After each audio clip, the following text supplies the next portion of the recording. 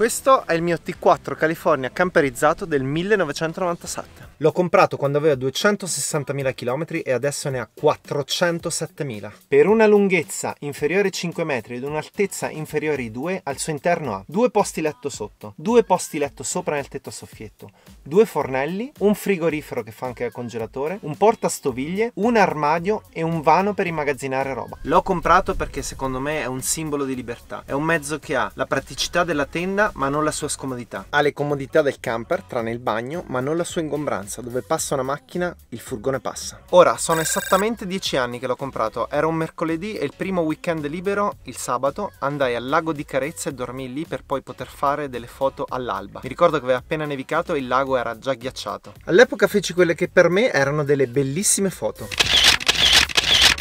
Ora, per festeggiare i 10 anni insieme, torno al lago di Carezza e dormo lì, esattamente nello stesso punto in cui ho dormito 10 anni fa. Ma prima, spesa! Grazie.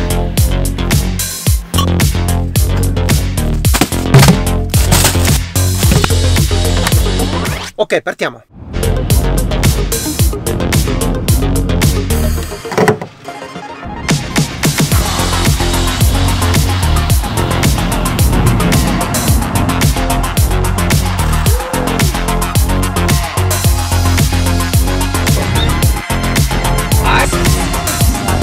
Mancano 5 minuti, poi dovrei ritrovare il parcheggio dove ho dormito 10 anni fa. Grand Hotel Carezza. Sembra un po' l'albergo di Shining però.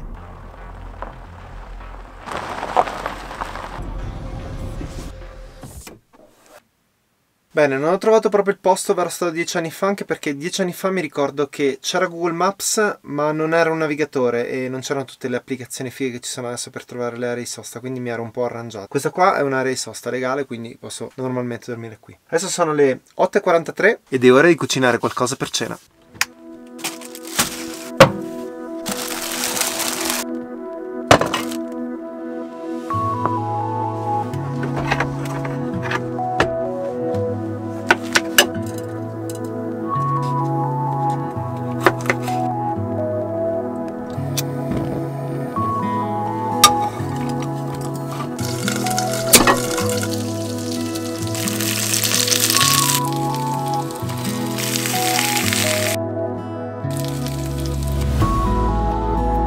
Ora la parte meno divertente, devo lavare i piatti, chiaramente utilizzo l'impianto idraulico del furgone, è una tanica da 70 litri. L'acqua di scarico chiaramente non viene scaricata a terra, c'è un serbatoio per le acque grigie che tiene l'acqua fino a quando non si riempie e dopo devi scaricarlo in un tombino o in un posto preposto. That's life! Ecco, lavare i piatti è una cosa che odio. Di solito quando sono nei campeggi la cosa che apprezzo di più è il fatto che abbiano i lavandini per lavare i piatti.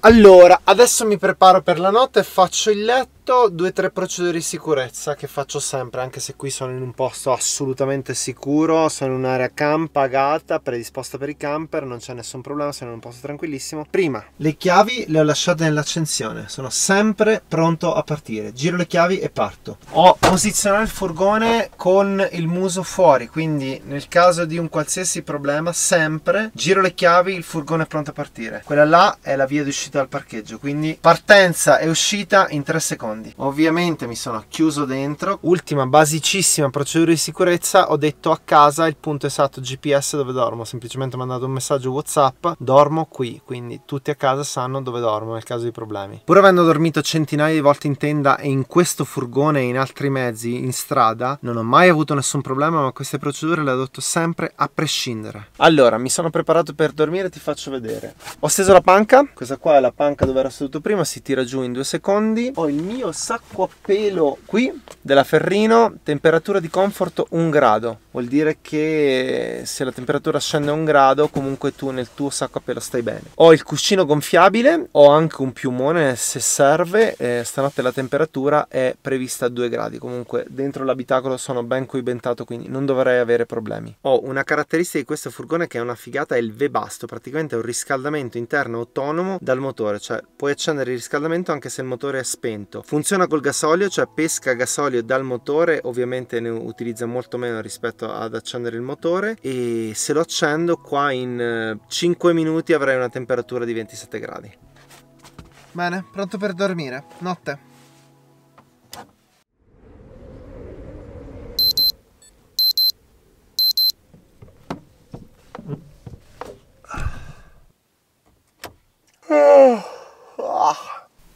4 gradi esterni, vediamo interni, 10, non male.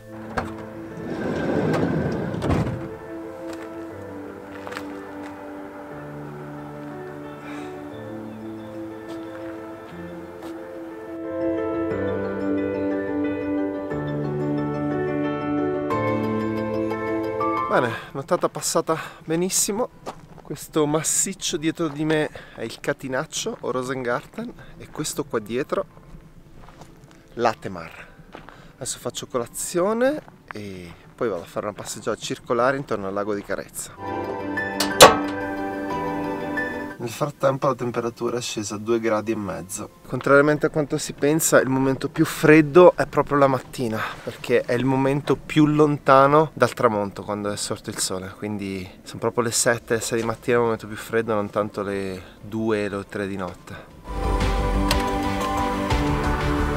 Ok, si parte, vado verso il lago di Carezza. Invece se continuassi verso questa strada qua giù, questa qua, vado verso il passo di Costalunga e sbuco in Val di Fassa. Invece noi andiamo al lago di Carezza, ai piedi dell'Atemar. Temperatura sempre 2 gradi. Vamos!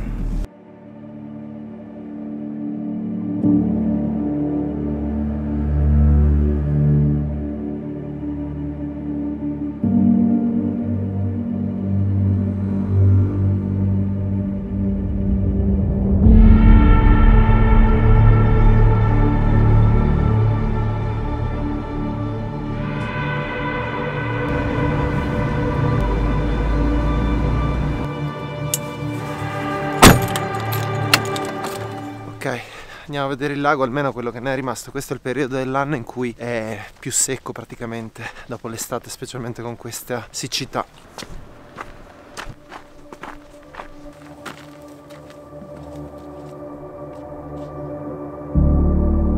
Quando ero venuto io, l'acqua era anche in quell'altra pozza, qua era tutto ghiacciato. Comunque, anche se è al suo livello più basso, lo spettacolo anche con queste nuvole è maestoso. Sì, quando è pieno l'acqua arriva fino lì alla recinzione, quindi mancheranno quasi 10 metri d'acqua a livello.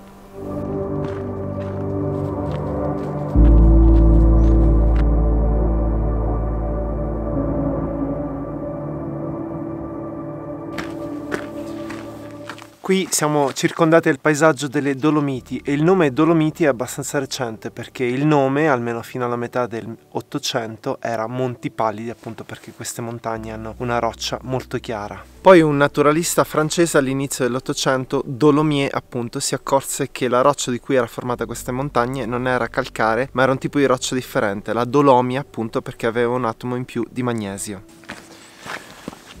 Dolomier poi muore nel 1801 e nel 1867 esce una guida inglese che descrive queste montagne appunto col nome The Dolomite Mountains, sdoganando quindi il nome Dolomiti. E Dolomier per beffa appunto muore 67 anni prima di sapere che ha avuto il prestigio di associare il suo nome a una catena così bella, forse la più bella del mondo.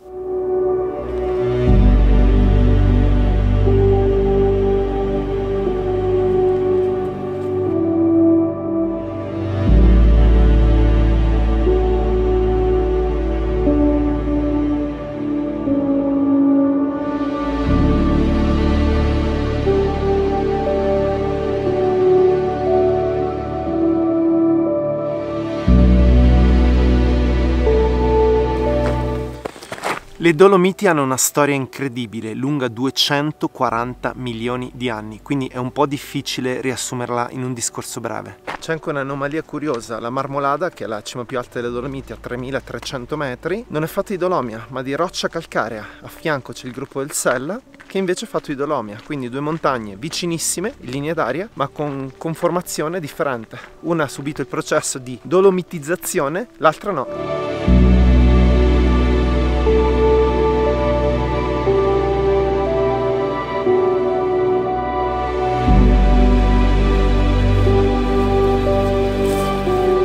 Eccoci qua, siamo arrivati alla fine anche di questo giro, spero che ti sia piaciuto. Io ho festeggiato a dovere i 10 anni con il mio furgone, sono stracontento, spero che hai visto posti nuovi. Se il video ti è piaciuto lasciami un like, nei commenti fammi sapere cosa ne pensi, che ci tengo. Noi ci vediamo alla prossima e iscriviti se ancora non l'hai fatto. Ciao!